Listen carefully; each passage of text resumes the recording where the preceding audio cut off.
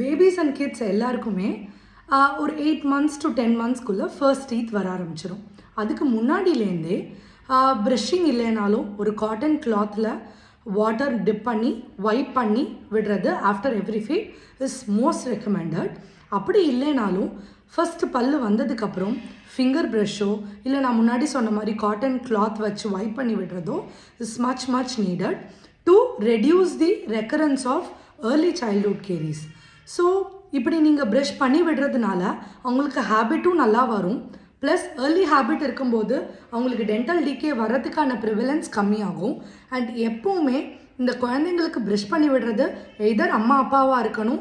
And ரொம்ப இம்பார்ட்டண்ட்டாக பேரண்ட்ஸோட கைடன்ஸ் இல்லாமல் ப்ரஷ் பண்ண வைக்காதீங்க.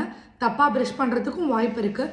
ப்ளஸ் நல்ல most recommended child kids tooth பேஸ்ட்டாக யூஸ் பண்ணுங்கள், டூத் ப்ரஷ்ஷாக யூஸ் பண்ணுங்கள். That is much needed. ஏன்னா அப்போ தான் ட்ராமா ஆகாது. நீங்கள் ஹார்டாக ப்ரஷ் பண்ணி விடுறது அதெல்லாம் பண்ணக்கூடாது.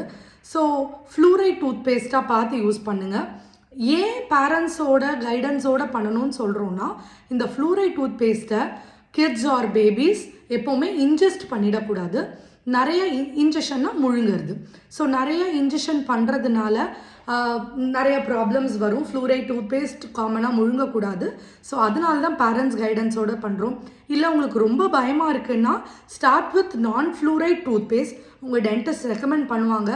கொஞ்சம் பழகினதுக்கப்புறம் முழுங்க மாட்டாங்கன்னு உங்களுக்கு நம்பிக்கை வந்ததுக்கப்புறம் start with fluoride tooth paste. But என்ன தான் பேஸ்ட் யூஸ் பண்ணாலும் கிட்ஸ் பேஸ்ட்டாக இருக்கணும், கிட்ஸ் ப்ரஷ்ஷாக இருக்கணும், ப்ரஷ்ஷிங் ரொம்ப முக்கியமாக இருக்கணும். இது 3 தான் நான் இந்த வீடியோவில் சொல்லணும்னு நினச்சது. தேங்க்யூ.